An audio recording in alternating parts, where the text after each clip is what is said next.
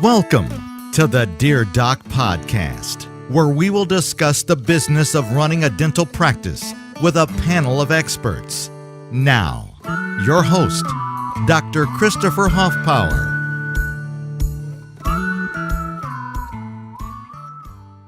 Hey guys, this is the Dear Doc Podcast, and this is your host, Dr. Christopher Hoffpower. Before we begin, I'd like to thank one of our sponsors. How would you like revenue coming into your practice even before you reopen? Abella is the first and only solution that is helping practices to collect more money and faster. The best thing is that you can try it for free from now until June 30th. All you have to do is email info@abellaar.com for more information. That email address once more is info@abellaar.com. And hey, Abella, thanks so much for sponsoring the podcast. Hey guys, this is Dr. Hoffpower. Thank you for joining us for another episode of the Dear Doc Podcast. Today I'm actually joined in studio by someone who has always been kind of a hero to me whenever it comes to organized dentistry. Don't look at me like that. It's true. So, and that is Dr. Tommy Harrison. And so I really want to just kind of tell his story. This is hopefully part of a 2 or 3-part podcast series that we talk about people who have devoted their lives to organized dentistry and kind of help to save our society, to save our profession for the rest of us, even if we're not involved. So, Tommy, how are you doing today? Doing great, Chris. Well, thank you so much for joining us here in the studio. And you drove over an hour to get here. So no problem. Well, man, I guess begin at the beginning. So, talk to me a little bit about who you are, who you are as a dentist, and then let's drag time back a bit and talk a little bit about how you got involved in organized dentistry, and what it has meant to you. And I'm going to really let you kind of tell your own story here. I'll ask a couple of questions along the way. So, who are you? Who are you today? Okay. Well, I'm a general dentist. I'm a dad. I'm a husband. I'm a father. I'm a grandfather. My practice is in Katy. I started practicing in November of 1979. 1979. I graduated from Baylor College of Dentistry that year, and Baylor's in Dallas. Now it's Texas A&M College of Dentistry. But when I graduated from Baylor, my buddy from high school, actually we met first day of school in first grade. Gary Garrison was graduating from the University of Texas Dental Branch at the same time, and we went into practice together. We started a scratch practice together in Katy. At that time, we were the 7th and 8th dentist opening in Katy. How things have changed. Yeah. And so we were we were together during Thanksgiving break during our senior year. So that would have been November of 1978, back in our hometown of Temple, Texas, at a beer joint, shooting pool, drinking a few beers. And after a few beers, we were kidding about going into practice with each other. And so the talk seemed to be going a little bit in a direction we didn't really plan on. And so Gary said, let's go over to my house and sit down and talk for a while and see if this might work. And so we did. And so that's where we came up with the idea of Harrison and Garrison Family Dentistry. I actually like the play on the rhyming of the name. Oh yeah, that was we were Harrison Garrison goes back a ways. I don't know how much your viewers, to first grade too. Well, yeah, so. but we I ended up being the best man in his wedding. He was the best man in my wedding. Right. Gary and I were like brothers. We were study buddies during junior high and high school to challenge each other, and we both of us got into dental school. One of our other buddies, Jeff Andrews, got into medical school. And so when we were in high school, we were also in junior high, we were also active in sports, and football was our sport. So Gary and I was linebacker and guard. Okay. And so Gary and I played right linebacker. Gary played left linebacker. I played right guard. Gary played left guard. And when we got on, we were lucky enough to get onto the varsity at Temple High our junior year. Then we were actually on the depth chart. We were third string linebackers.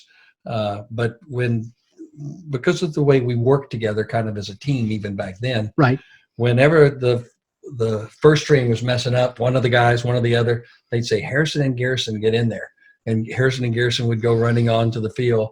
And so we kind of got that moniker of Harrison Garrison going back to high school football. And so therefore, yeah, it's like a alliteration in a way. It sticks in your head. And so it did. That helped with our marketing standpoint in Katy. People could remember that. Absolutely. But what we did, being the 7th and 8th dentist in Katy, Chris, we were concerned, oh my gosh, there's so many dentists out here. How are we ever going to succeed?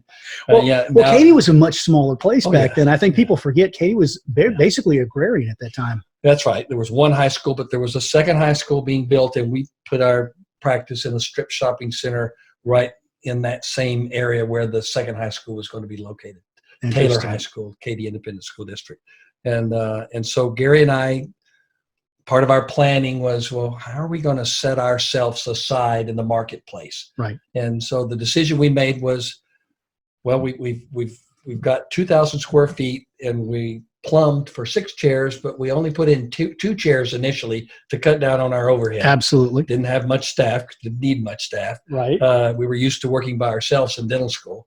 And so we decided, let's offer extended hours. So we worked from 8 in the morning till 9 at night, Monday through Thursday, 8 to 2, Friday and Saturday, and really set the market on its ear. You know, dentists who had been out there for a while, excuse me, as we would meet them, would say, oh, you guys will cut down those hours in no time at all. Because, but we didn't. We stuck with it. And so the concept was, we worked split shifts. I wasn't working 13 hours a day, but I would work the 8 to 2 shift on Tuesdays and Thursdays. Gary would work the 3 to 9 shift on those days, and then we'd flip flop. And so the idea was 8 in the morning till 9 at night. That span between 2 and 3 p.m. would be a time for the first shift to clean up, do its lab slips, and get everything spick and span for the next group coming on. And we quickly, deviated from that. And I started cheating before Gary did. I'd say, Gary, it's okay if I work until 3 o'clock on Tuesday, because I've got a case that I need to do. So the best thing about Gary and I, and the way we were able to stay together as a partnership for 27 years, was communication. Oh, absolutely. And, I really like what you say there. As you know, I run the business of dentistry. And one of the things that I tell people, obviously I'm not doing this anymore.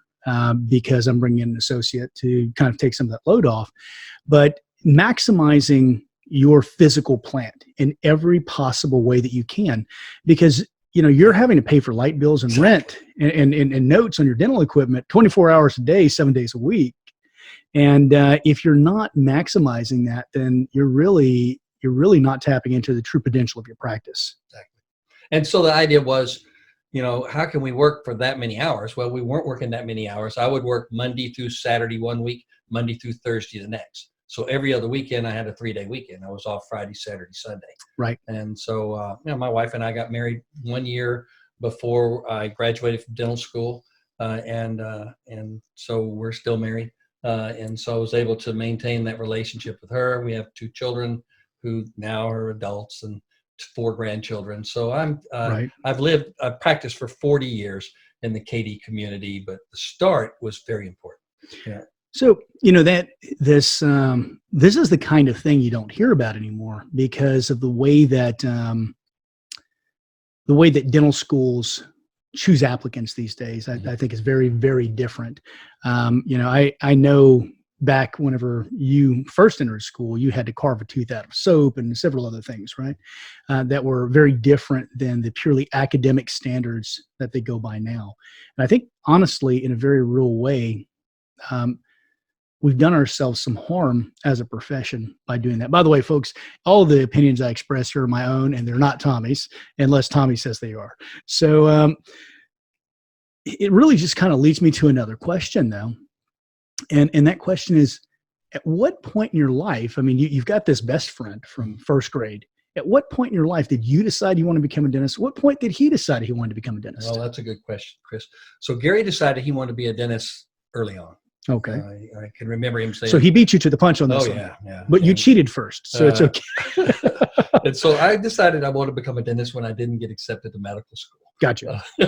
Gary got accepted right out of college, so he went from his senior year in college right into dental school. Right. And during my senior year, I was applying for medical school. I had good grades, good extracurricular stuff, all the stuff I'd done in college, leadership-wise and everything, good recommendations. But my MCAT score was lacking, to say the least. And so therefore, I didn't get into medical school. I won't go tell that long story. Right. But I started then my graduate year. I said, well, I have graduated from college, haven't gotten into dental school. What am I going to do? So I started working on my master's in marketing at Texas Tech. That's where I went to college. Mm-hmm. And I figured with a master's in marketing and a BA in chemistry that I could get a job with the pharmaceutical company Absolutely. or American Hospital Supply or something like that and live happily ever after. Mm-hmm. So I applied for dental school because I still had a passion for being involved with the healthcare professions and was fortunate enough to have been accepted in late November of, I guess, 1975. And so I bailed out of the economics course I was taking at that time. It was eating my lunch and finished up that semester and then took off that spring semester, earned some money before dental school started. So I started dental school in 1976. Gary started dental school in 1975. Way back then, there was a self-paced program at UTDB, and so you could get out in 3 years or 4 years and end up, but the majority of that class ended up graduating in 4 years, and Gary was in that majority group. Right. And I was able to get out in 3 years because I was on not a self-paced program, but Baylor's paced program from 76 to 79. Mm-hmm. A lot of people look back at their dental school years as being just hell. It's horrible, some of the worst years of their life. And, when I think back, Chris, of course, you tend to forget the bad, and remember the good. I have a lot of fond memories of dental school. It was hard. It was tough. I lost a lot of weight during that time and lost a lot of sleep. But I was president of my class, my first year, second year, third year. Since there was only 3 years, it was freshman, sophomore, junior, senior class. Right. And so I was involved in a leadership position at that time because that was my passion as well. And so luck had it. Even though he started dental school a year before I did, we both got out at the same time.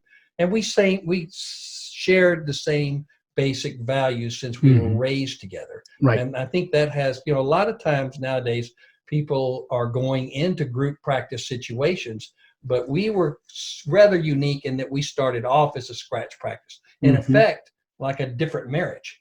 And absolutely. So Gary had his wife. I had my wife. We both still have our wives, but we definitely had almost like a marriage. That's an accomplishment in and of itself these days. Yeah, I agree.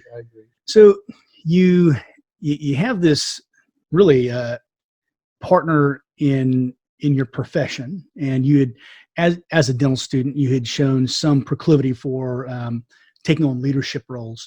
What was it? Was it just a natural flow from being a leadership in a leadership position in school to becoming a leader in the dental community through organized dentistry, or was there some sort of triggering event, some sort of catharsis that you said, I've got to do this? Yeah, talk to me about it. Yeah. I don't know how far back to go, Chris. When I was in the fifth grade, my dad ran for sheriff of Bell County, and he lost. But I was very involved in his campaign. When I say very involved, I mean my dad was running for a public office, and so when he was at the kitchen table doing his ad, that was going to be the layout for his ad in the Temple Daily Telegram, then I was right there beside him watching his thought process. When he was on the stump at the SPJST Hall giving a speech about running for office. After about the third time, I knew his speech. And so instead of watching him, I'd be watching people in the audience watching him. And to say the least, I got the bug. And so even though he lost, then I learned a lot from that process. And so, I was involved in leadership situations in high school. That followed into college. I was president of my fraternity and chairman of the student council, the chairman of the health committee at Texas Tech. And so I was just that person that would rather be in a meeting with a smaller group of people, looking at all the issues, deciding what would be the best alternative, and then going forth with the membership to present that. I'd rather be that person than to be the person in the audience listening to that report and wondering what the hell were they thinking when they made that decision. I'd rather be on the inside. And so, yes, doing that, it takes away from your personal time with your wife and then subsequently kids. And you know that, Chris, from all the stuff that you do. And so the practice model that Dr. Garrison and I had, working split shifts, really afforded me the opportunity to get really involved in organized dentistry from the get-go.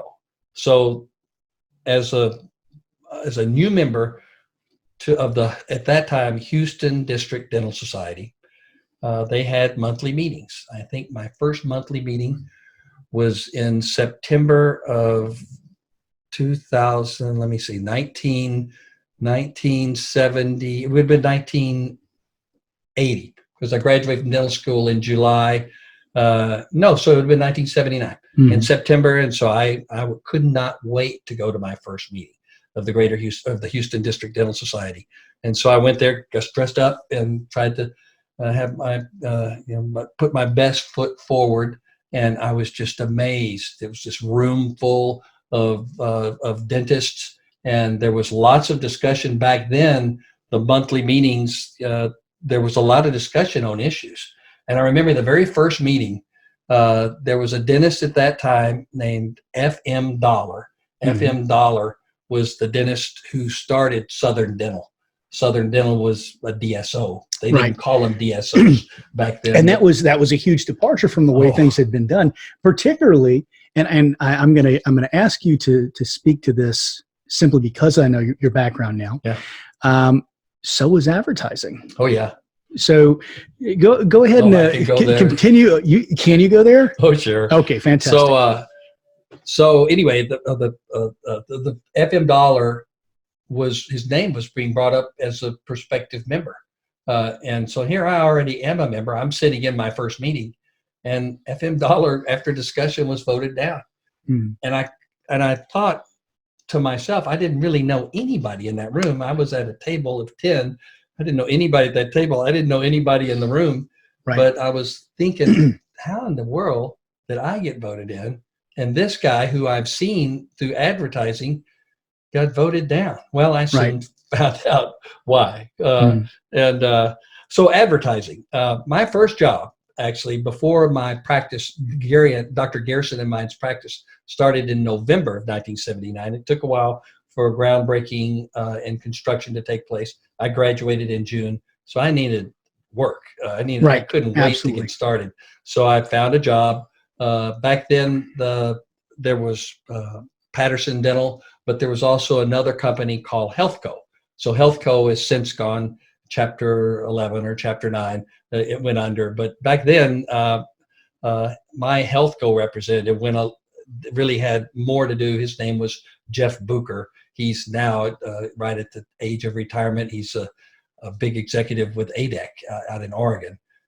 American, I don't know what ADEC stands for, but Jeff is still a dear friend.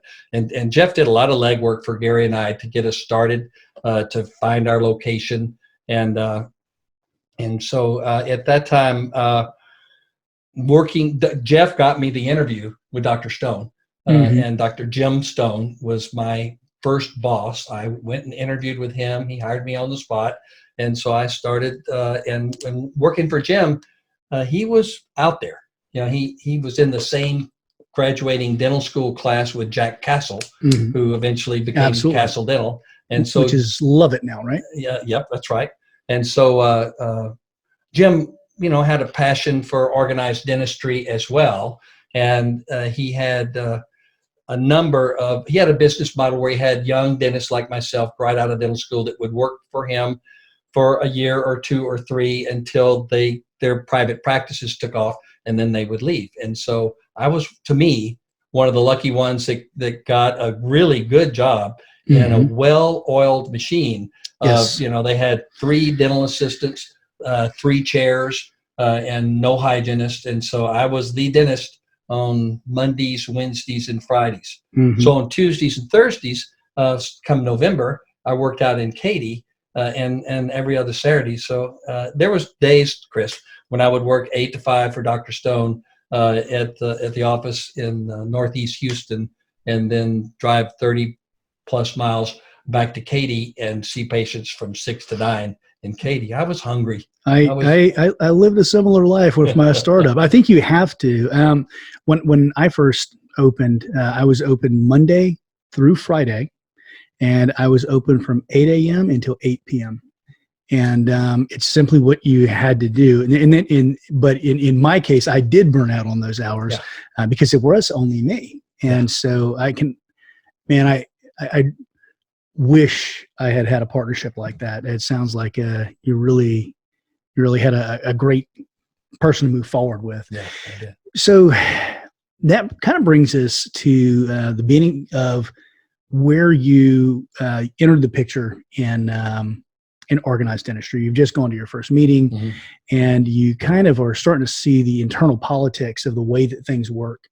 And it's a couple of things interesting to me about this story as we've gone forward. I was born in 1974, and I entered dental school when you became president, 2008. So it's interesting how much things have changed and how much they've stayed the same in that time period. So now I know that at our meetings we're desperate to get any dentist who moves into the area to join. Yeah. And you guys were rather exclusive.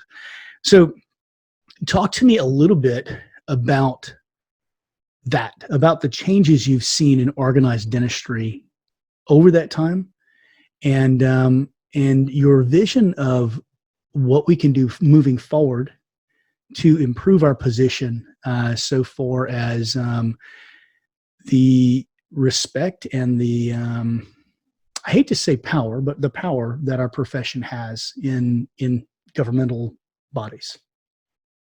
All right, I'll do my best. It's a big question. Yeah. So I as a new member of the Greater Houston Dental Society, Chris, truth be told, in my mind, I was going to be president of that dental society someday. And so with the goal in mind, I'm a big disciple of Stephen Covey and the 7 Habits of Highly Effective People. Right. I hadn't read the book back then, but I was already doing some of those things. And so I read the book in 1990, and it was perfect for my life. So what I started to do right from the beginning was, well, I've got to learn the civics. I've got to learn the rules, the laws. And so back then there was no internet. And so I basically befriended myself with the executive director of the Houston District Dental Society. Right. I got involved on the committee level. The committee that was best for me at the time and where the biggest void was DENPAC. DENPAC stands for Dental Political Action Committee. When you're the DENPAC organization in Texas is well organized. It started in the 60s, so it was up and running for almost 15 years or so when I came on the scene. But it was really hard to get a local component dental society representative for DENPAC.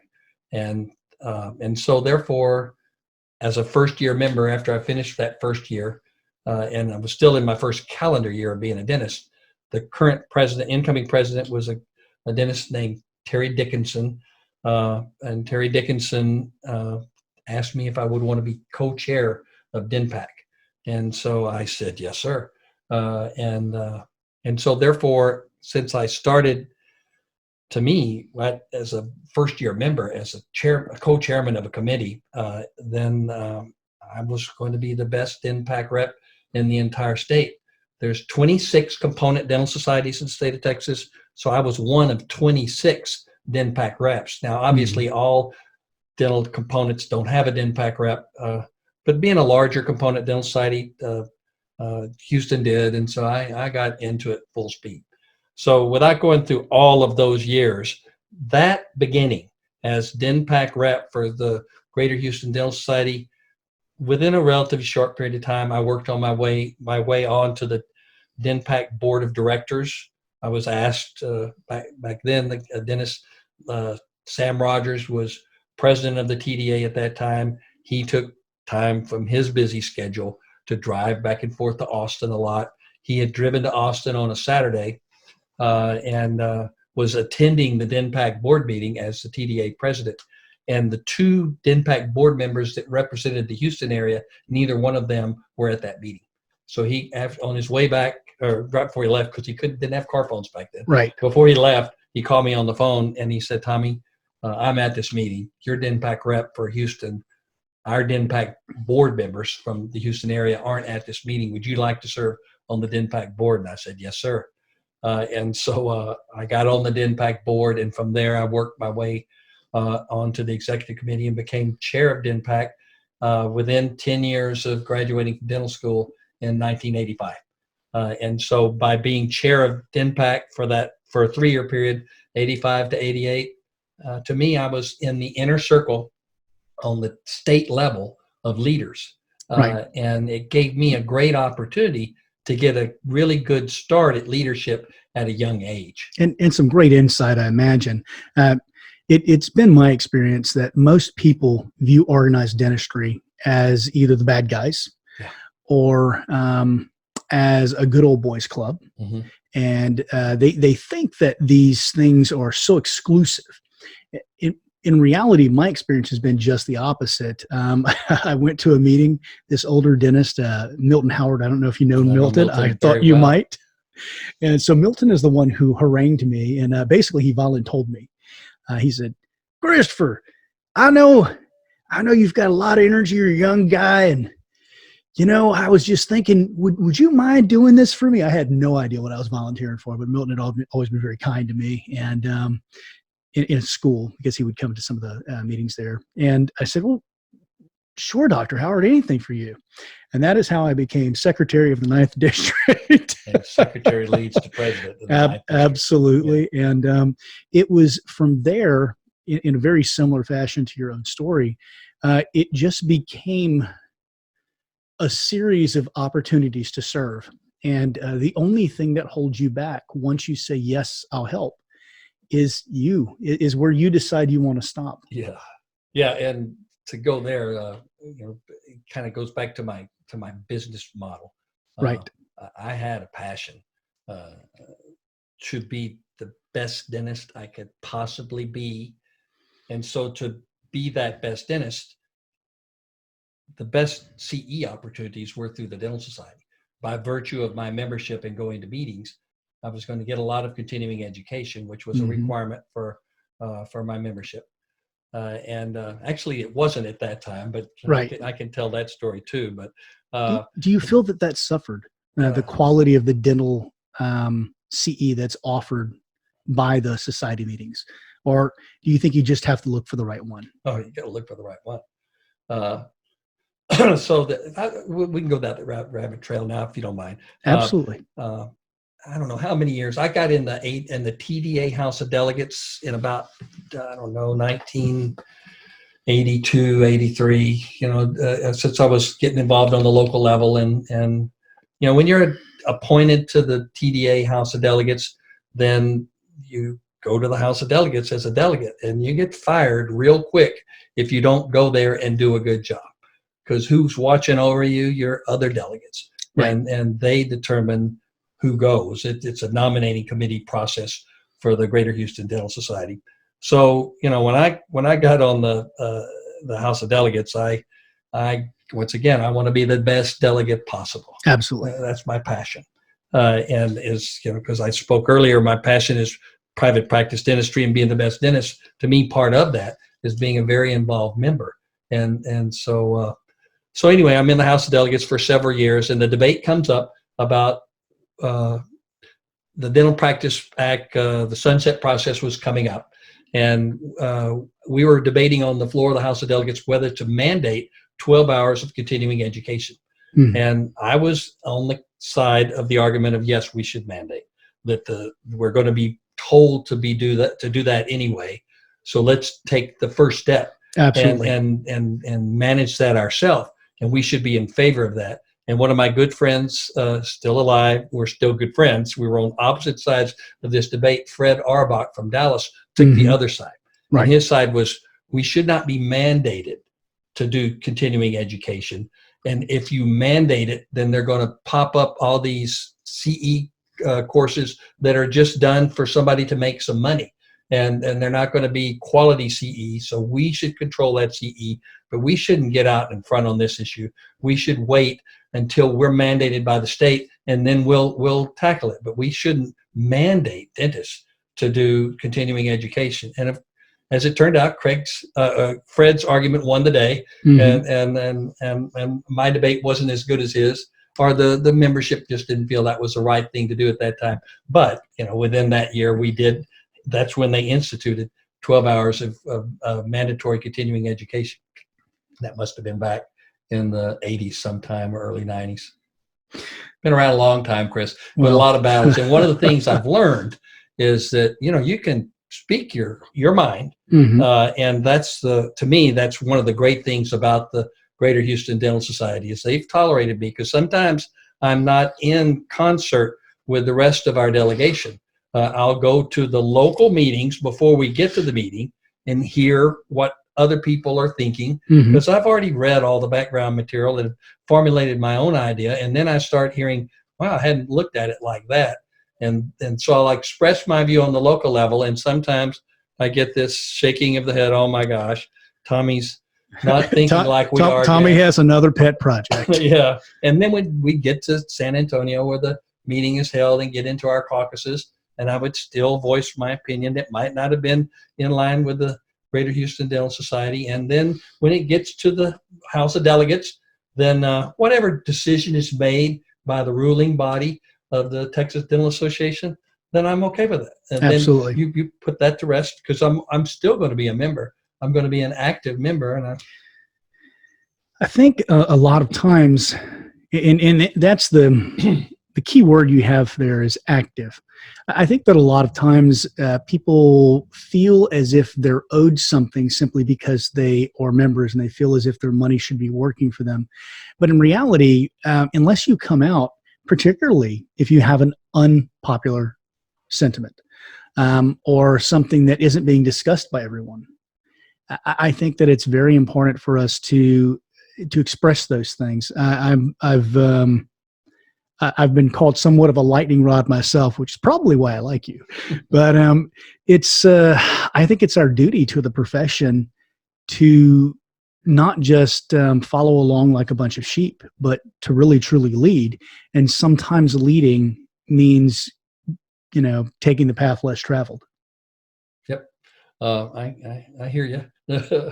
And I've to me, the idea of involvement means you just have to understand the process. And once I figured out how the House of Delegates works, then the House of Delegates, when the gavel hits, it used to be on Sunday and now it's Saturday, then that debate that took place that day, that then goes into now we have to get these resolutions passed. Many of them just stay internally within the TDA. Some of them involve the legislative process. So being involved early on with the Political Action Committee, I learned the legislative process, and that was a passion of mine anyway. And so those go hand in hand. I'm curious, and this is a tiny bit off topic, a little personal, Sure. But I don't know about you, and this was only my second House of Delegates. I was really sad that we didn't have it this year. Yeah. I honestly, the first time I went, I was such a bundle of nerves. It was because I was a new delegate and I was bringing forth an amendment or a bill, and I had no idea what was going on. Thank you, by the way. But I actually, whenever I found out we were going to have to cancel it, I was really bummed out. Has this ever happened before that we haven't had the House of Delegates? And how do you feel that the last year that you were practicing dentist, because obviously you're going to continue going with organized dentistry, that House of Delegates didn't meet? Yeah, it's what we're going through now is just unprecedented. It truly is, and we can overuse that word, but I think that this is probably the most appropriate conditions I've ever seen for the use of the word unprecedented or the use of the phrase game changer. Yeah. And so, I was sad, but actually the TDA House of Delegates is going to meet virtually, Right. online through the internet in mid-June, I believe. I think caucuses will begin sometime around June 4th. And so there will still be a meeting, but it won't be like the old days. To me, there's so many calendars within the Texas Dental Association. Right. So there's a calendar year that begins in January, but the TDA year is kind of like the school year. It begins in September. Our offices change in May, but pretty much the dental societies take off during the summertime. A lot of planning and stuff is done, but the component society meetings start in September and they run through April, if you will. And then everybody gets ready for the House of Delegates, which takes place in May, and then leadership changes. I noticed, by the way, on Facebook last night, Shaylee from Austin is now president of the Capital Area Dental Society, but she did it like this. So sworn in virtually. Yeah, I saw that. It was sworn in from her home, because we can't get together as Right. a group. And we still don't know what's going to take place with the ADA House of Delegates in Orlando. That's supposed to take place. That final decision will be made in June. I started in the ADA House of Delegates, Chris, in 1988. I got elected at our caucuses, which take place normally in San Antonio. I had been to all of those caucuses ever since I've started going to the state meeting. And so when you go to the caucus, anybody, you don't have to be a member of the House of Delegates of the Texas Dental Association or your whatever constituent dental society you're a member of. You just show up at the caucuses, or at least that's the way we do it in Texas. And we vote for our delegates and alternate delegates and our leaders in that caucus process. So I got elected on a last ballot in 1988. I guess it would have been 1987. No, it was that 1988, because that was in May, and I went to the House in ADA House in October of 1988, which was in Washington, D.C. That was my first ADA House of Delegates. I've been in the House ever since. So I'm one of the most tenured delegates, the most tenured delegate from Texas, but one of the most tenured delegates in the ADA House of Delegates because of my passion there. So I think that I'm actually going to entitle this podcast A Life of Service. Mm-hmm. So I know a handful of the things that you've done. Can you list off every single position? I'm going to challenge you here. Every position that you've ever held, either in Texas or nationally with the ADA. I have my resume over here, but let me just, instead of looking at a list and reading it off, let me just go from memory as much as I can. All right. I guess I'll start on the local level. I'd already mentioned that I was first committee chair, was DENPAC, became chair in 1980, and then became, as far as DENPAC, went on the DENPAC board of directors in 1982, was elected chair in 1985, served as chair through 1988, became immediate past chair, because when you're on DENPAC, you stay on the board as immediate past chair. Just keep it on with DENPAC. In 2000, about 10 years later, 1989, 1998, there was an opening to become DENPAC chair again. Mm-hmm. What had happened is one of the dentists at that time,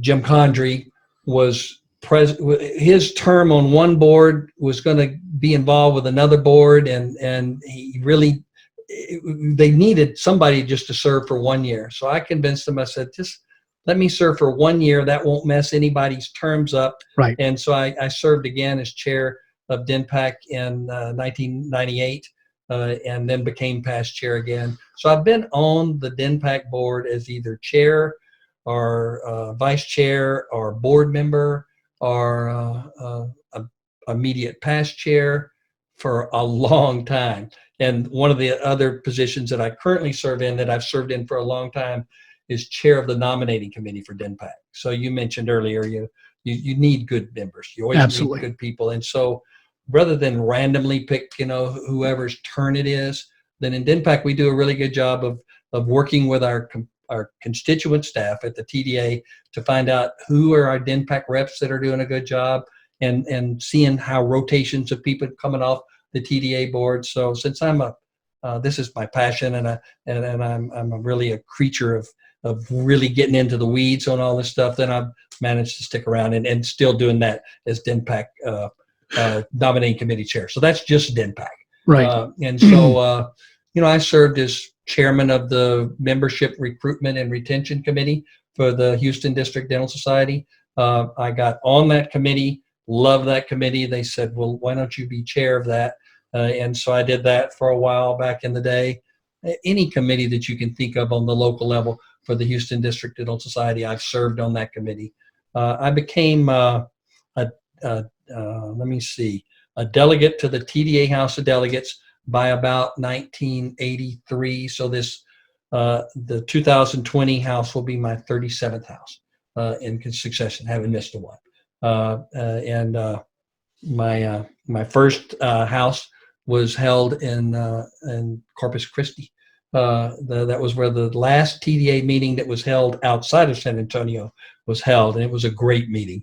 I could go into lots of stories about that, but so anyway, I've been on the TDA House of Delegates for a long time. During that time, I've served as chair of reference committees many times, and I decided to, since I got to be DENPAC chair, and I started getting known on the state level, then around about that time, one of our ADA Board of Trustees member from Houston, Jack Harris, who was from this area, by the way, he was a state representative from the district that you live in now, Chris. Mm-hmm. Jack was a dear friend, and so in 1989, I got a call from him and said, "I want you to serve on the ADA Council on Dental Practice." At that time, Chris, I didn't know what a council was. Right. But since Jack Harris was calling me and asking me to serve on that council, my immediate answer was yes, sir. And so then I had to study what's a council, because I was in the ADA House at that time, but I didn't really know what a council was. And so I got to serve on that council from 89 to 93. In 92, I was elected vice chair of that council. During the time I was on the council, I served as committee chairs, lots of different stuff. But two things that I'd like that I'm really proud of. I was the last chairman of the ACCDI, the subcommittee, or the Committee on Alcoholism and Other Chemical Dependency Issues on the ADA level. Right. We serve with a lot of other people that are in addiction issues. I was chair of that committee, because they always wanted somebody that was on the ADA Council on Dental Practice to chair that group. And so I chaired that, and then I was the first chair of the Dental Wellbeing Committee, DWC, and because they changed names. So why did they change names in 1989? So it was 1988, I was ACCDI chair. 1989, I was a Dental Wellbeing chair. Why did they change the name? I don't know. I was just thinking through what happened in the late 80s. AIDS came on the scene. And so therefore, since we had... Are we looking at another name change now? Yeah, because it could be. Since we were dealing for the first time with an issue, the bloodborne pathogen, and then it was affecting so many issues that had to do with well-being, then we needed to expand that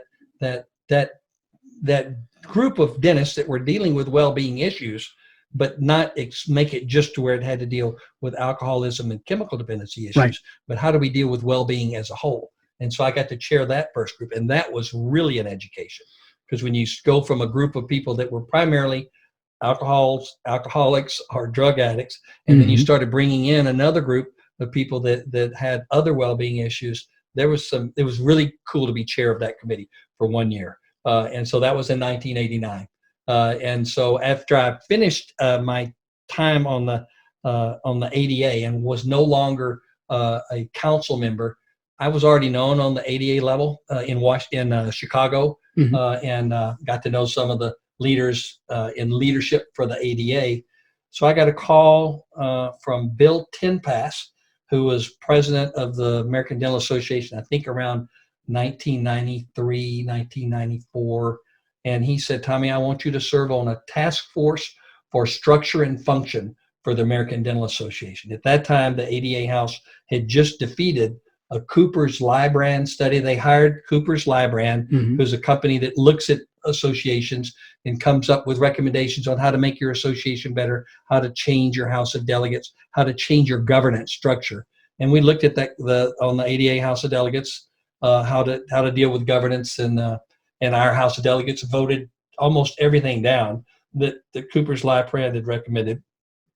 So my question, I'm getting a little older now at this time, and so I said, Bill, sure, I'll serve on this committee, and it's an honor, and thank you for calling me, but why is it that you think we, as an ADA task force on structure and function, will be able to do what Coopers and Lybrand wasn't able to do? And he said, because we're dentists, and we know our organization, and we know the mechanics better than they do, and I think we'll be able to do this. So I served on that task force for a full year, and when it went to the ADA House of Delegates, the ADA House of Delegates pretty much voted down everything that was recommended, because when you do bylaws changes on the ADA level, and then on the TDA level, it takes 2/3 of a vote to change the bylaws, and so it just wasn't able to take place. So anyway, that gave me the opportunity to get really known more so on a national level, serving on that task force. So around that time, I ran for for a Speaker of the House of Delegates in the Texas Dental Association. At that time, Bob English was retiring. He was the Speaker at that time. Dick Eklund was running. Sam Adams, a dentist from Houston, was running, and I ran. The three of us ran for that position. And when the vote took place in the Texas Dental Association in San Antonio, I lost that race. And boy, going into that race, if you'd have told me I was going to finish third in that field, I'd say you're crazy. But it was very humbling for me. And Mitt Sarles, one of my mentors from the Houston area, came to me and said, Tommy, I know your heart. You want to be a leader. You have to go back to the Greater Houston Dental Society and go through the chairs and become president of the Greater Houston Dental Society in order to really get into leadership on the state level. I have to say, I had the great pleasure of getting to meet Mitt. He was already in his decline. Dr. Galen Hughes introduced me whenever I was, I believe in my first year of dental school. I just gone by to visit Galen and say, hey, how are things going? And he actually said, hey, I've got someone here you need to meet because he is the source of all things organized dentistry, and you need to be involved. So he was quite a guy. One of a kind. Absolutely. So when Mitt, it's like E.F. Hutton. When Mitt, basically out of love. Well, our younger audience is not going to remember that commercial. Yeah. So when E.F. Hutton speaks. Yeah.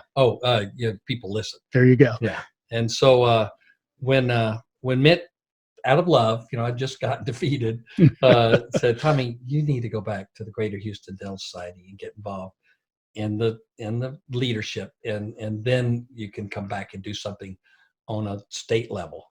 You can't do all these shortcuts that you've done just because you've gotten involved politically through DNPAC. So I listened, and so I did. So another string is, let's go with the Greater Houston Dental Society.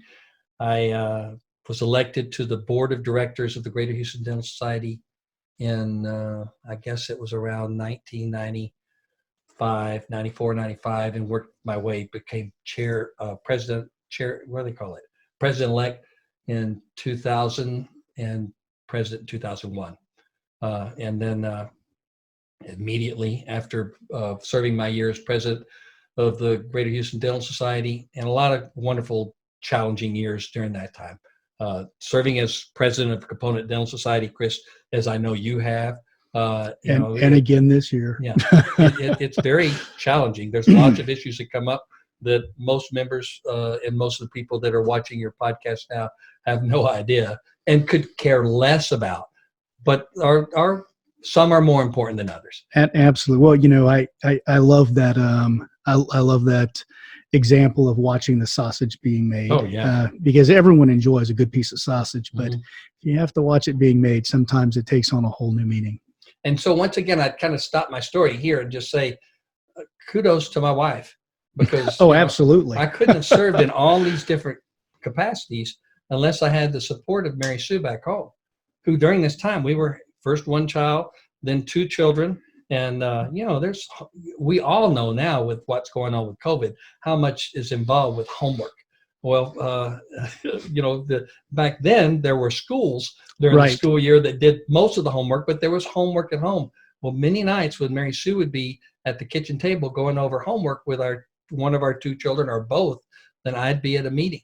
And so Mary Sue has kiddingly said, someday when I'm laid to rest on the tombstone, she's going to have it put gone to a meeting. And so I just hope it's the right meeting. Right, no doubt. At that time. Yeah, you say that, it's so funny. Again, it's like home movies here.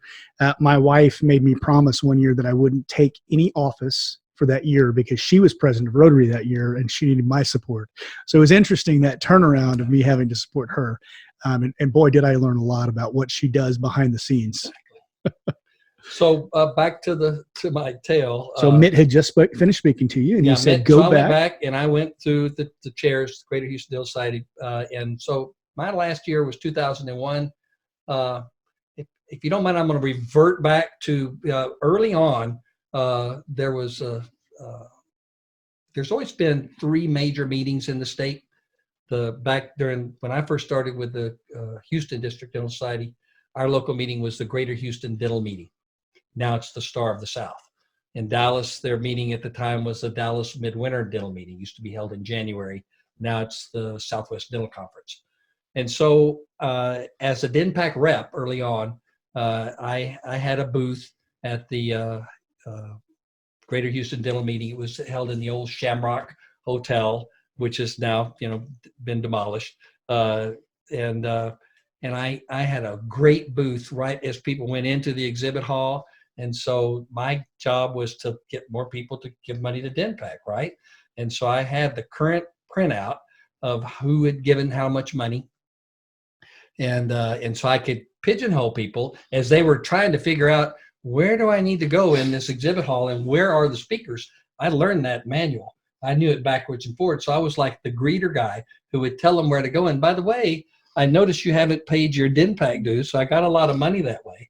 But at that meeting, that was probably in 1982 or 3. I'd been in the Dental Society for a few years. I was established as the DNPAC rep. They grabbed me on, I think it was Friday afternoon, and said, "Tommy, we're going to go to a caucus." I didn't know what a caucus was. That word was foreign to me. I'd never heard that word. And so as we were walking, I was asking the people I was with, what is a caucus? So they were kind of explaining, and I felt so proud that I was going to be included with Jack Harris, Mitt Sorrell, Sam Rogers, all these, to me, icons in dentistry, my mentors. And I was going to get in the room with them, and we were going to discuss things. So as the discussion went around, there was reports on what was going on on the local level, which I was well aware of, on the state level that I was sort of aware of, and on the national level that I really didn't know too much about, and how different people were serving on councils and committees and their reports. But at the end of that meeting, the meeting lasted about 2 hours. At the end of that meeting, I said, well, now this is the time that we announce our intentions. And so just by luck, I was almost the last person, because you kind of went in a circle. And so as people would announce, they'd say, well, I'm going to run for TDA alternate delegate at the caucus in San Antonio because, I served on the local level, and I think that would be a good area for me. And so by the time it came around to me, I said, I'm going to run for president-elect of the Texas Dental Association in 2001. And people looked at me like, what? And because by that time I knew the civics. The way we elect presidents in the Texas Dental Association is we go by division. It's the Southwest Division, Yep. Northwest Division, Northeast Division, Southeast Division. It goes in a clockwise manner, and it's the way it's always been done. I know that this is probably too much minutia for a lot of your Oh, no. people. I learned this, my first delegate meeting. I don't remember who I was having a conversation with, but someone said, and I think so-and-so might be running, and I saw a couple of heads shake, and I said, what's wrong with that? And they said, it's not his turn. I didn't realize that was such a big deal until then. So now this was in 1982. I'm talking, I'm going to run for TDA president 30 years later or 20 years later. Yep. And what I did was I had already figured out when the rotation was, when it was going to be Houston's turn. I figured by that time I would be involved in the Dental Society enough to where then I could serve. And they just laughed, but they kind of got a glimpse of, like, this guy's really a far-range thinker in terms of leadership. So back to just going off in 2001 on the TDA board of directors, on the Greater Houston Dental Society as president. I went on the TDA board of directors at a time with the intent, with purpose, to serve on the TDA board of directors for 3 years, because that's the term. You get elected as a 3-year board member. You're served first year as director, second year as senior director, third year as vice president. And so the year I was vice president was the year that there was going to be an at-large election for TDA board of directors. I purposely came on the TDA board so that I would be a vice president while I was running for the at-large position of the TDA president-elect. And I ran, and I got elected in a field of 3. Alan Moore from Austin and Hilton Israelson from Dallas, and I ran. It was the only ever contested at-large election that the TDA House of Delegates TDA has ever done, and I went out on the first ballot, Chris. And so I became president-elect of the TDA in 2005, 2006, and was president 2006, 2007. Excellent. So, and then I've been in the ADA House of Delegates, like I said, since 1982. I guess the best position that I've ever had on the ADA level, besides all those task forces and reference committee chairs along the way, was 2013. Hilton Israelson was the board member from Texas on the ADA Board of Trustees, and he appointed me to serve on the ADPAC Board of Directors. So I became a new director for ADPAC in 2013. In 2014 and 15, I was elected treasurer of ADPAC. And in 2016, I was elected chair-elect of ADPAC. I served there as chair-elect 2016, 2017, and then in 2018, 2019, I was chair of ADPAC. So that ended, not too long ago. And ADPAC is the 3rd largest healthcare PAC in the United States. In a calendar year, in an election year, in a 2-year cycle, we collect around $3.8 million. And so that makes us the 3rd largest healthcare PAC. And PACs on the state level and on the national level basically support elected officials when they're running for the state House and Senate. And then on the national level, people that are running for the House of Representatives and the Senate. And so in order to give money to elected officials to help retire their campaign debt, you got to raise money. So in effect, Chris, pretty much my entire dental career, I've been a fundraiser for PACs. And so fundraising is a whole other can of worms. And so, whole other profession we could talk about. So talk to me a little bit about CLARA. CLARA is on the TDA level, Texas Dental Association. CLARA stands for Council on Legislative and Regulatory Affairs. The predecessor to CLARA was COGA, the Council on Governmental Affairs. When I was a relatively young dentist in the 80s, I served as actually that same day I got a call from Jack Harris in 1988 or 89 to serve on the ADA Council on Dental Practice. I got a call from the TDA president that same year. I think it was a gentleman from Northeast Texas. I can't think of his name right now. He said, "Tommy, I want you to serve on COGA, on the TDA Council on Governmental Affairs." And I said, I hate to say no, but I just said yes to Jack Harris to serve on an ADA council. I don't know if I can do both. He says, "Oh, I already talked to Jack. He called you first, and I'm calling you second." And so, when you serve on that council, you asked me specifically about CLARA. It's more dues money from the Texas Dental Association go into that effort for the staff support on the TDA level, and the Council on Legislative and Regulatory Affairs, and our team of lobbyists than any other portion of our budget as far as councils. And it's you met recently with Matt Roberts. Absolutely. And Matt Roberts is the current chair of that. But other chairs over the years have been John Finley, Jerry Long, Rick Black, some strong leaders in the Texas Dental Association over the years have served as chair. Typically, if you become chair of CLARA, you stay in that chair position for quite a while, and it makes sense. So much continuity is needed. You want to develop that name recognition because you're dealing with the legislature, who typically are in office for quite a while. Absolutely. And our lobbying team is second to none. And some amazing folks, absolutely amazing folks in those positions. So we've kind of covered the range of things that you've done in organized dentistry. I'm going to ask you to tell us your biggest moment of perhaps regret serving, and your biggest moment of feeling of accomplishment. What would you like to share? And also, the last part of this is, if you had to give younger dentists advice, because one of the reasons I'm interviewing you is because I very much want people to understand that becoming part of organized dentistry is approachable, it's doable, and it's frankly something we should all do on some level. Mm-hmm. So can you hit those 3 points for me? Well, regret. What would I be regretful about as far as organized dentistry or the governmental aspect of it, or whatever you choose to do with that question?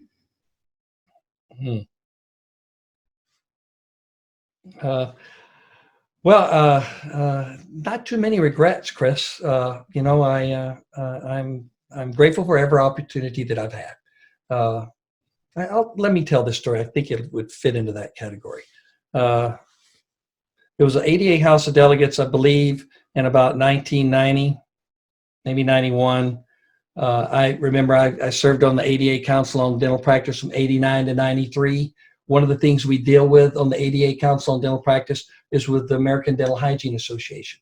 We have an official visit during one of our council meetings from the president of the American Dental Hygiene Association, and with her comes her entourage, whoever the executive director of the American Dental Hygiene Association is, whoever their lobby team is, and because that's their opportunity to come into the ADA headquarters at 211 East Chicago Avenue in Chicago, and come to the 22nd floor where our board meets, and to make a presentation.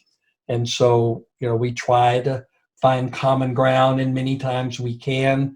And so by meeting with the leadership on the national level, remember I was very involved with PACs, and I was used to going to legislative conferences on the national level, on the regional level, where we talk about hygiene issues and their agenda. So I'm now on the TDA, in the TDA House of Delegates, and I think I was serving as a reference committee chair that particular year. And an issue came up from one of my dear friends, D. Ray. He's a general dentist from East Texas. No, I'm sorry, he's a periodontist from East Texas. Sorry, D. We went to dental school together, class of 79, Baylor College of Dentistry. And like some of my classmates, they excelled academically and were able to get into graduate programs. And D, whose dad was a surgeon in Dallas, had a bent for surgery and became a periodontist, a very good one at that. And so he brought a resolution in the TDA House of Delegates. The way things work, as you're well aware, Duke, Doc, on the first day. You just called me Duke. I'm going to take that compliment. Yeah. He's a hell of a guy. Yeah, he is. On the first day of the House of Delegates, on Thursday morning, you can bring a resolution from the floor at a specific time. And Dee knew that. So he brought forth a resolution asking for an alternative dental hygiene program for Texas. At that time, and maybe still today, Alabama was the only state in the United States that had an alternative path to become a dental hygienist. Basically, the alternative path is not accredited by CODA, the Commission on Dental Accreditation, but it allows dental hygienists in Alabama, maybe a dental assistant, I should say, who's been in your practice for at least 5 years, and you see her as a valued team member and somebody who could do more things in the dental office. So they have a pathway in Alabama to where these dental assistants are sent to a school at the University of Alabama, I believe it is, for 6 weeks or 2 months. And they go through a education process, and then after that, a testing process to become a dental hygienist through an alternative pathway that can only practice in the state of Alabama. I can imagine how the Dental Hygiene Association felt about that. Yeah, but they're not in our House of Delegates. And so since Dee came up with that idea on the TDA House of Delegates level, right, and presented it on Thursday morning, then it became a resolution. And so it just happens to come to the committee that I'm chairing. So I heard from Dee and a lot of dentists that had a lot of passion about this. Wow, this would be great if we could take dental assistants, then make them hygienists in our office, and we can, of course, they understood that this would have to go through the legislative process. But this is the story that fits under regret now. I'm just going back to that. And so when it came to the reference committee that I was chairing, there was good debate. When it came to the TDA House of Delegates for that debate, Dee went to the mic, made good argument. Since I was opposed to his personally, to his argument, I couldn't debate that issue from the mic as a reference committee chair. So you can, it's rarely done, but you can get off of the mic at the podium and go to regular mic and debate. So I did that. And so I debated against my close friend, Dee, and gave my side of the argument. And my side of the argument had more to do with, well, I serve on the ADA Council on Dental Practice, and if we go through this process, there's going to be legislative issues that are going to come up. And quite frankly, my mom, when I was a kid growing up, my mom was a registered nurse. And so and I know your mom's a registered nurse too, and so Mom, being a registered nurse, decided she wanted to up her credential. And by the way she upped her credential was she became a surgical scrub nurse. So she had to take extra courses, go through a credentialing and testing process, and become a surgical scrub nurse. And so to me, I saw this as an opportunity for, if you're a dental hygienist and you have, if you're a dental assistant in a dental office and you decide I want to become a dental hygienist, then you have to go through a credentialing process. Right. And so basically the difference between Dee and I at that time was the credentialing process. I thought that the credentialing process that was in place was fair. It involved a certain amount of sacrifice on a person's part to go through that credentialing process to get their license. And I didn't think it was fair for us to create an alternative pathway that was going to make it easier. But Dee disagreed, and definitely so did the House of Delegates that day. So after we actually voted on that resolution, the House of Delegates, I think there was only 1 or 2 dissenting votes, and I was one of them, that was against that resolution. So it passed. And so I guess my regret would be that I didn't just, I got off the podium. I should have just let that happen. Mm-hmm. For me to think that I could have changed that tsunami that was taking place was, wasn't wise. And kind of put me at odds for a little while. For Dee, I think he and I have since made up.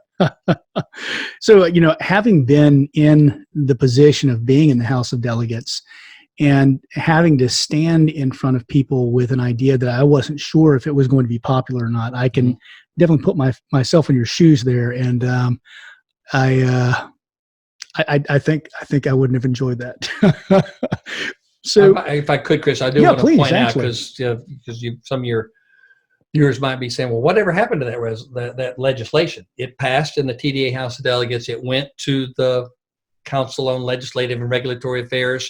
It started going through the legislative process, and that legislation never saw the light of day because it had more to do with CODA than anything else. Absolutely. And basically making sure that it's an accredited program. Yeah. So, it's interesting though that there is actually, and I've actually heard this story, guys, twice. And I asked him, I said, if you wouldn't mind, if you can work that in some way, that would be great, because it shows you how all of these different levels and committees work together or against each other to keep the balance the way that it should be.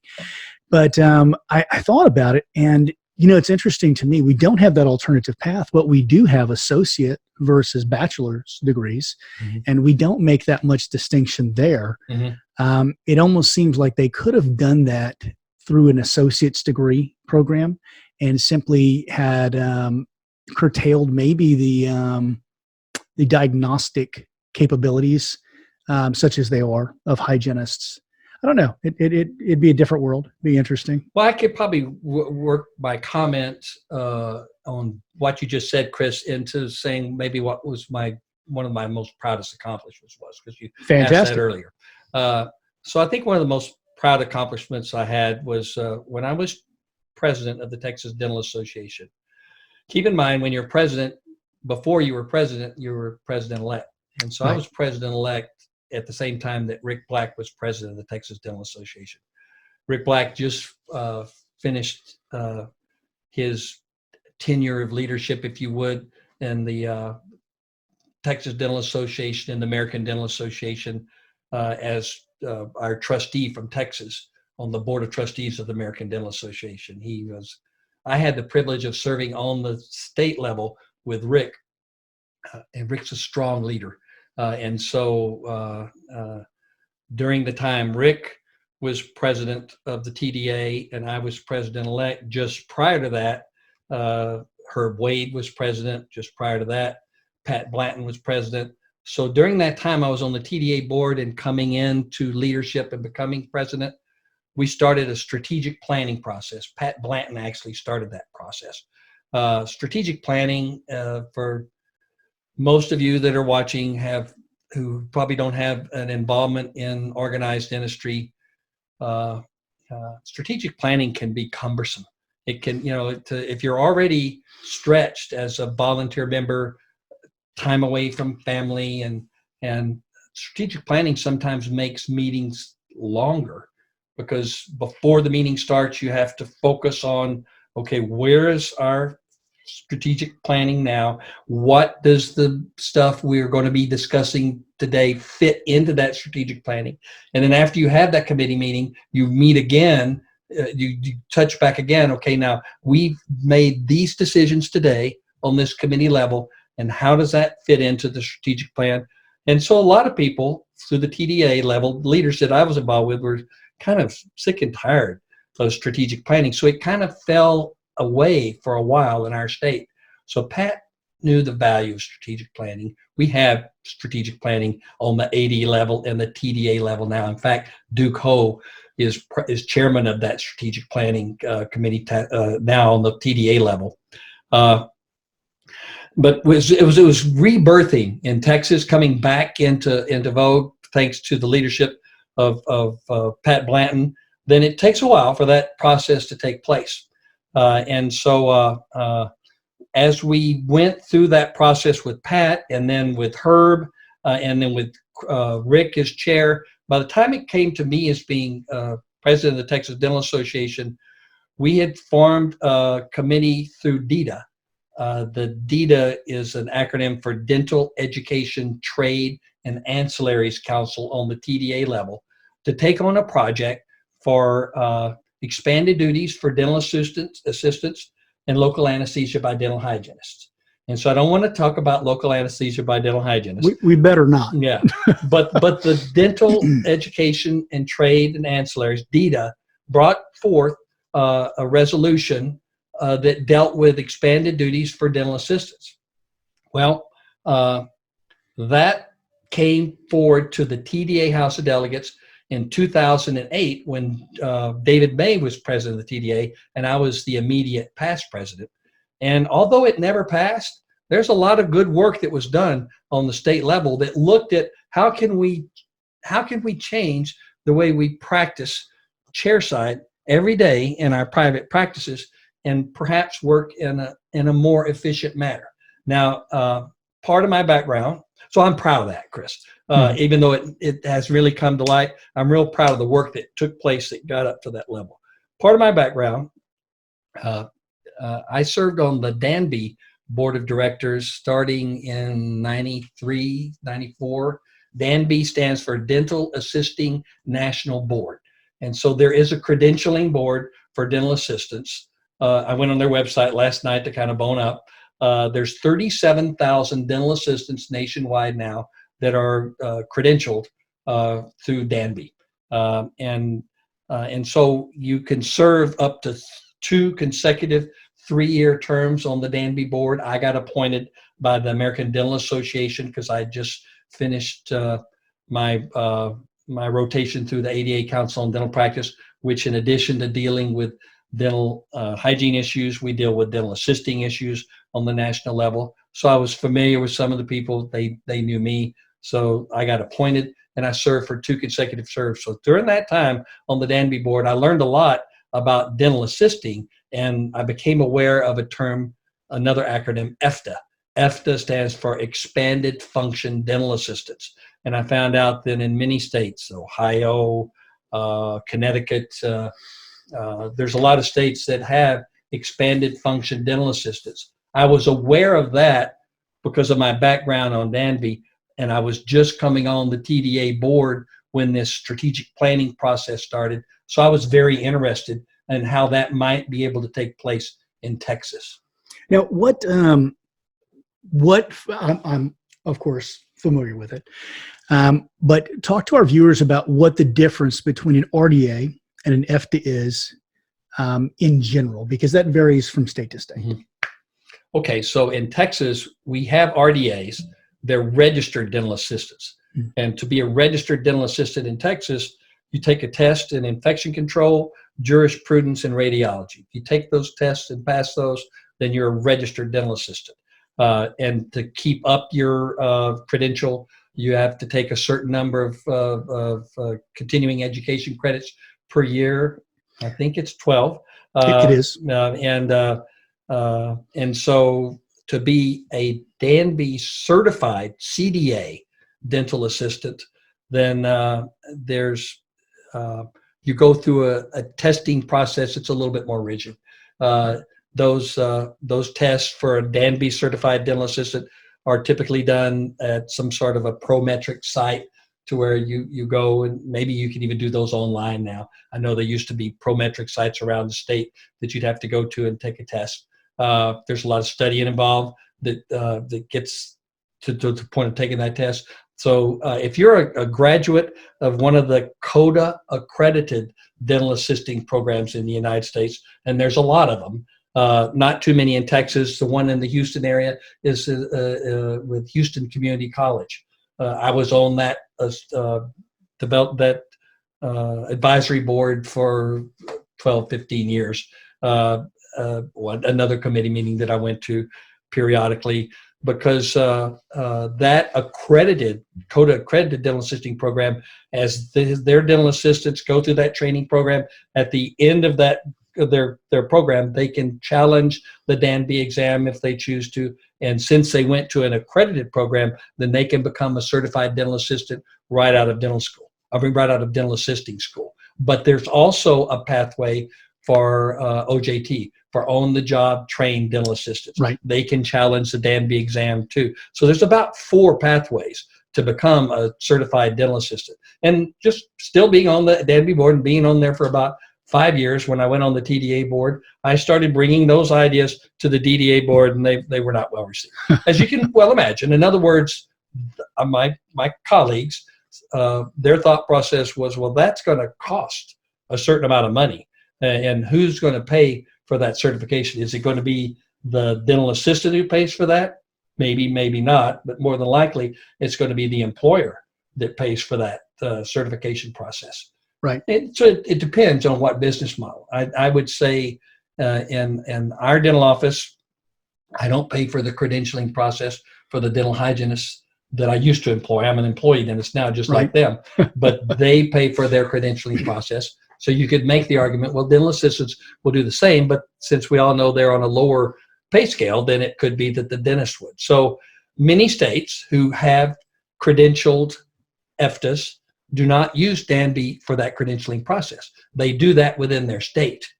And so that was what was being discussed at that time, not quite a decade ago, but yeah, actually more than a decade ago, where there was discussion on, well, how are we going to do the credentialing? So that could be determined. I noticed going on the website for DANB last night that Arizona has something like 16 different tests that they contract with DANB because they outsource that. The Arizona Dental Association outsources that credentialing process for dental assistants to DANB. But I noticed there's only about 9 states that do that with DANB. It's available, but so it's, I can say, as being a DANB board member, that they do a really good job of credentialing for dental assistants. But it creates to me another tier. And absolutely. Well, I want to give you the final words here. I'd like you to talk to us a little bit about what your advice would be, given a young dentist getting out of school right now, or perhaps even in school. What would your advice be about getting involved in organized dentistry? What pathway would you take? And maybe just give them a little bit of advice about if you had to do it over again, starting today, what that journey would look like. Well, I'd like to start back to my time on the ADA Council on Dental Practice. When I was there from 89 to 93 and getting to go from Katy, Texas, go to Intercontinental Airport, hop on an airplane, fly to Chicago O'Hare, and take a cab into downtown Chicago and go up to the 22nd floor and get to meet with blue chippers from all over the United States that were serving on that council and getting to know the way the ADA works. I found out that through the ADA Council on Dental Practice, there was a seminar called Success. And at that time, that seminar still is in existence. It's kind of changed. At that time, that seminar was given to the junior and senior dental students of most of the dental schools in the United States. It was not mandatory. The ADA didn't force themselves on the dental schools to make that part of their curriculum. But most of the dental schools at that time welcomed the ADA because it didn't cost them anything, and it didn't cost the ADA anything. The way it was paid for with the ADA was through corporate sponsorships. And so I became a recognized speaker on practice management because it wasn't Tommy's seminar on practice management. It was the American Dental Association seminar on practice management. And Chris, I really got into that. We had a training system that I participated in as a new member on the Success Seminar series, and then eventually became the chair of that. how to train our speakers. We typically took speakers like yourself, somebody that's successful in their private practice, is not really particularly involved in leadership position on the local or the state level in their component or their constituent, but yet has a passion for dentistry. And all they had to do was apply like I did. And then once you go through a process where you send in a video back then of your speaking style, then we looked on it on the Council on Dental Practice. We may draft you. And so once again, you don't make money at that. You give up time of your private practice, but corporate sponsors would pay for your airfare to fly coach. And I would fly to Hartford, Connecticut, and land at their airport and take a cab and stay at some Sheraton near the dental school. The next day, I would talk at the dental school. And then typically at the end of that day, I would hustle back to the airport and fly back. And so I'd be out of my office a couple of days, which definitely affected my bottom line in my practice. But to me, it was worth it to be able to stand before dental students as some sort of an expert. Right. Well, if I'm going to bring practice management information to dental students, then I better well know that seminar. If I'm just reading the bullet points off of that slideshow, then that's not a very good slide presentation. And by the way, they were slides back then. That was prior to PowerPoint. Now, hold on. Was this with the Kodak carousel? Exactly. Kodak carousel? Oh gosh, Chris. What I would do is, since I wanted to do that so well, I would lug my Kodak carousel projector and my slide deck with me, and then that night in the Sheraton in Hartford, Connecticut, I would project onto the wall of the hotel room those slides to go over them, so where I didn't have to read those bullet points. So I would be sharp as a tack and be on point to be able to deliver that. And so after that, I decided to go and get my MBA at Texas Tech University. In fact, I started that the year that I was immediate past president of the Texas Dental Association. You know, I didn't even know that you had your MBA. I learned something new about you every time I talk to you. Well, my thought was, Chris, what am I going to do? Since I've been going 90-0, you know, when you're president of the Texas Dental Association, you're the CEO in a sense of a major corporation. And of course, the executive director and the staff that she or he manages is really the nuts and bolts, is the ongoing work of the Texas Dental Association or any constituent staff. But the chair, the president of the TDA, has a lot to do with managing that group. And so my buddies who had been president before me said, Tommy, we're concerned about you.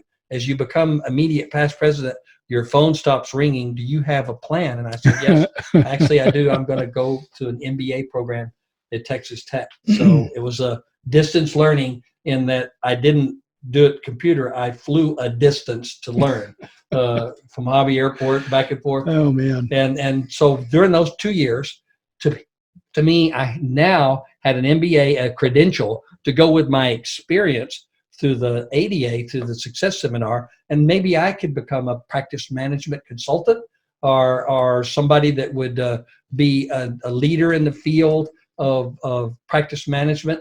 But instead, what I found out was my biggest asset was my private practice back in Katy. Absolutely. I went back there and really made some significant changes in our business model and you know, made it better when it went through the sale process. Anyway, how does this fit back to the original story? I teach at the dental school at the University of Texas School of Dentistry in Houston, and I've been doing that for the past 2 years. By the way, there's a credentialing process involved with that, and it's not as easy as you might think. But so now I am a clinical associate professor at the University of Texas School of Dentistry. I teach a business of dentistry course. It was my first class was this past fall. My next one will be this coming fall. And so I get to, in addition to all the stuff I've done on the TDA and the ADA level, I'm now teaching the next generation of dentists.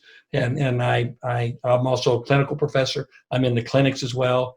And I work under Jerry Long, Dr. Jerry Long, in the PACE department. PACE is an acronym that stands for Practice Consultants, Alumni Affairs, Continuing Education, and Ethics. And I'm proud to be in part of the PACE consultant group. And so my advice, that was a long framing statement, Chris, but that's me. My advice to a young dentist who's just graduating from dental school, getting out into private practice, is to join the Component Dental Society. You, as a first-year member, it's almost free. And I think by the time you get your second year, it's a graduated payment thing. But find out where the Component Society is. You can go online and find that out, or ask another colleague. Many times, if you're associating with somebody else, you can find out about it. Now, let's just say, for sake of discussion, that you're in a DSO, and not all DSOs heartily embrace organized dentistry. Then you might not be able to find somebody in the particular office setting that you're working that's involved with organized dentistry, but it's easy to find somebody who is. You can even go online. And once you go to a meeting, it may be just like it was for me. My first meeting, when somebody that I saw as being somebody that was being put before people as a representative of dentistry, found out at that first meeting he wasn't a representative of dentistry, of organized dentistry at that time. Things have changed a lot. I get often asked when I'm teaching my class, what do you embrace? The private practice model that you've worked under for all these years, or are you embracing DSOs? How do you fit on that? To me, they're both business models. Absolutely. And it's my job as a professor is to just give information. And then, if they want to ask questions afterwards, that's fine. My personal opinion on DSOs is they're here. They're not going to go away.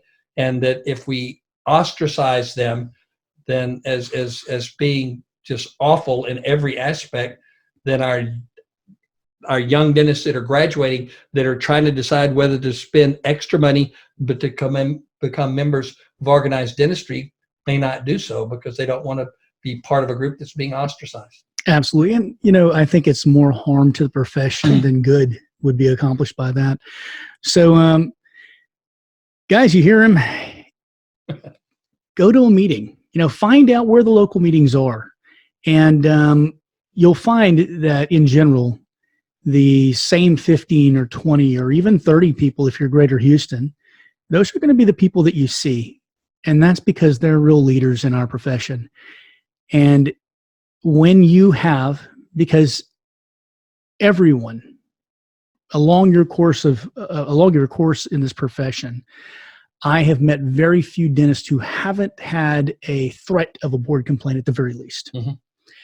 And which is another benefit that we could go over, just the peer review aspect of things. The peer review committee for the I know you were. Association. I know you were. I actually had I had a fellow dentist suggest to a patient that she report me, and whenever the peer review saw what was going on, they said, well, this guy's obviously, he's out to get you because your records are pristine. And it was a huge, I can't even say what emotional turmoil it is when you truly care about what you do, to be called in front of a committee of your peers to defend something, and to have the peer review committee step in on that, review the case for me and say, she has nothing here and you're okay, don't worry, had to be the biggest load off of my heart that probably I've ever experienced in dentistry. So go to the meetings. One of these days, you may need to know these people, and you may need them to know you. Chris, I've enjoyed this. I have too. So, Tommy, thank you for joining me here and driving all this way out to come to the studio. And I tried to convince him to roll around on the mats in the studio next door, but he said nothing doing, man. My wrestling days not in these shoes. Thank you guys for joining us for another episode of the Dear Doc podcast, and for listening to the sound of my voice drone on for, goodness, it must be an hour and a half now. So really appreciate it. Thank you for supporting the program, and we'll see you again soon. Thanks for listening to the Dear Doc podcast. your source for the business and legal questions associated with your dental practice. Don't forget to subscribe to the Dear Doc podcast on all major platforms.